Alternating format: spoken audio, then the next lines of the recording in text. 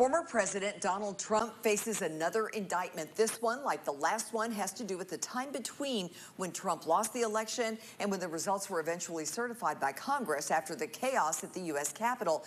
And yet, it comes with several differences. It's a state charge in Georgia rather than in federal court. And instead of the former president being charged with an associate or two, this case also pulls in 18 advisors and allies, plus another 30 unnamed co-conspirators. Here to help untangle it all, WATE 6 on your side legal analyst Greg Isaacs. Greg, it's always good to see you. Lori, it's good to be here. Let's get started. Who are these other people? What are prosecutors saying they did to put them on the wrong side of the law? Wow. 18 other individuals have been charged, and Lori, it is a far-reaching RICO indictment that covers the spectrum of everything we've heard for the last few years. It's interesting. It ranges from a bail bondsman in Coffee County, Georgia, who went in with the election commissioner to allow Trump workers to steal ballots.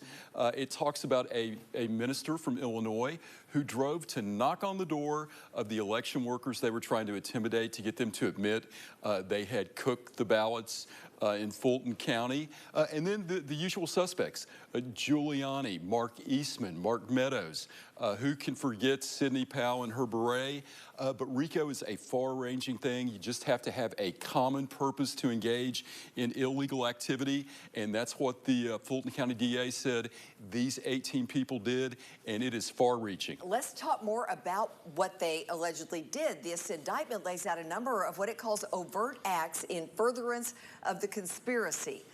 Supporters of former President Trump point out these are not normally what people outside the courtroom would consider a crime. We're talking things like sharing a phone number, tweeting about a TV program that was showing a hearing. How are those overt acts against the law here in this case? Well, it's interesting, and the common purpose was to overturn an election that Fani Willis, the DA, says was legitimate and had been certified by the vice president.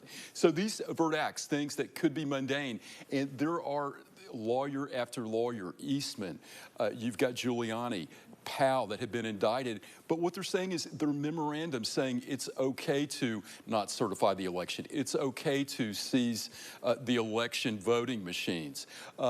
Are illegal acts. So who would have thought that legal advice would rise to the level of a crime? Phone calls to say, hey, if you did something wrong, you need to come clean is a crime. So this is what is so unique about this indictment.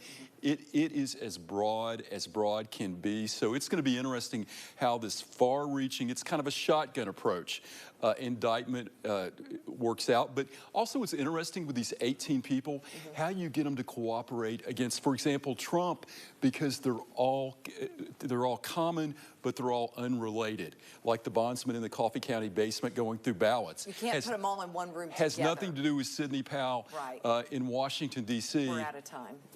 I know. I'm sorry. It never Greg. ends, Lori. It doesn't. We'll talk about it again. I'm sure we will. No doubt. Greg, thank you.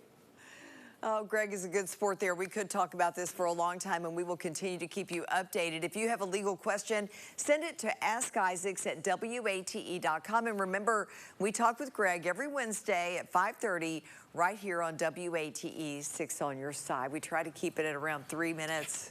Sometimes we go a little longer. There's a lot to talk about. There is a lot to talk about. You could still be talking right now about that This subject. is true. Yeah.